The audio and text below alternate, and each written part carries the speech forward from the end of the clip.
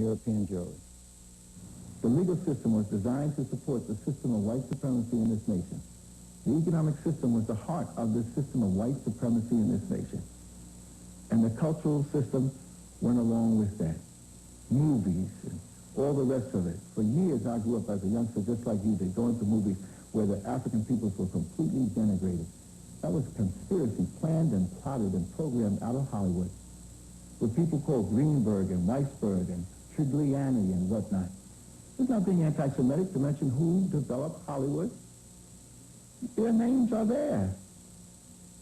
MGM, Metro Goldwyn Mayer, Adolf Zukor, Fox.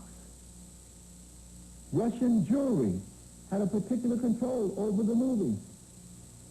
And their financial partners, the mafia, put together a system of destruction of black people. Talk about self-image and self-esteem.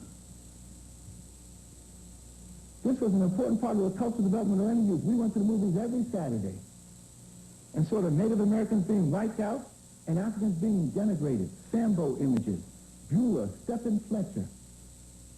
That's what they put up there. It was by design. It was calculated.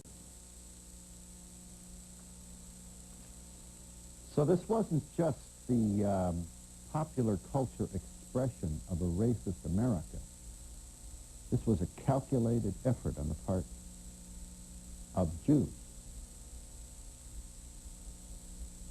I think we have to clarify that. No one is singling out any particular group. You are. When we raise these questions about the enslavement of Africans, the defamation of Africans, the destruction of the image of Africans, it's coming out of a cultural development that we call America or Western Europe. It doesn't make any difference whether the person is Jewish, Muslim, doesn't make any difference whether he's Christian, doesn't make any difference whether he's black. Blacks have continued to perpetuate these type of negative images because it is systemic. It is institutionalized. It is a part of the culture. And that's what we're saying. Western Europeans have produced these type of movies as well. It's universal. The Tarzan syndrome, we call it. It so happens that at the turn of the century, people like Adolf Zukor, people like the various names we know, MGM, Metro Goldwyn Mayer, Samuel Goldwyn, people like the people who control Lowy, they had a particular strong influence in the movies, and they participated in this process. For example, from 1915, when The Birth of the Nation was produced by D.W. Griffith, D.W. Griffith, a Gentile whose role was to rewrite history. The book that the picture came out of was The Klansman. The Klansman is the Ku Klux Klan. The rewriting of the history was to state that the Ku Klux Klan emerged to protect white women against these black brutes. And that particular movie became part of the exploitation of the image of black folk, and it was participated in it by these same folks. So we're talking about not a particular group, we're talking about a conflict of interest. By people who want to profit off of the exploitation of black folk.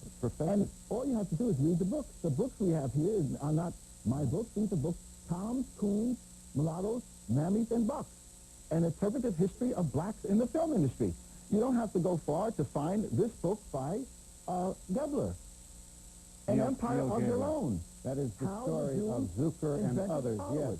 So that, why are we raising this question as if it was a Jewish question? It's not. It's a question of the defamation of Africa. It's a question of the destruction of the image of black youth and their development. Please let me ask you the following. Yes.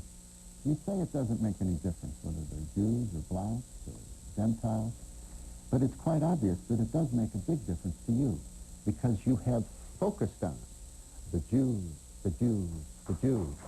And rockets have gone off. I'm almost finished. You know, I was exposed to the racist stereotypes of Asians when I was a kid. On Saturday afternoon, we used to call them Japs, you know. They weren't Japanese, they were Japs. And And what did you call black people? I'm almost No, finished. what did you call black people on Others Saturday afternoon? similar. Yes.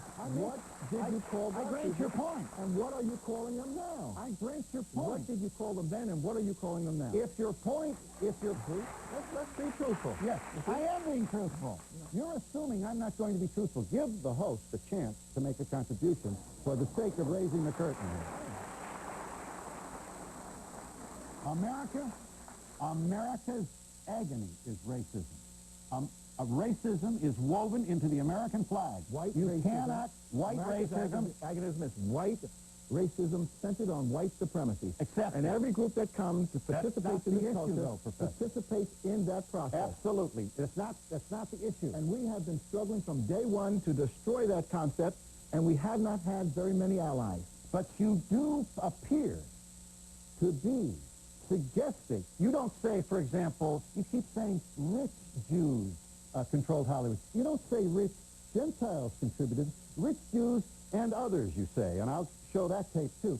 What is it about? Why is it important? No, I'm not going to allow you to turn this whole chance to expose the truth into that which people have made it. The New York Post and others made it what it is. And we're not going to allow you to do that.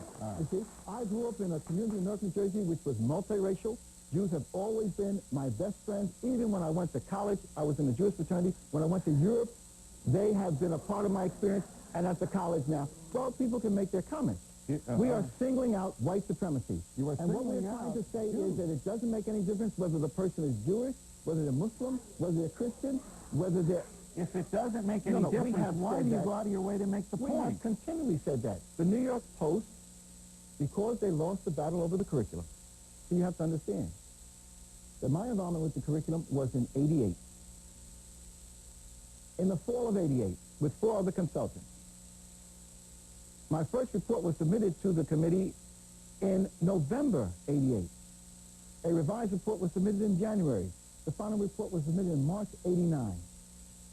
They took that report, this committee put in place by the commissioner, and they came up with the document called the Curriculum of Inclusion, July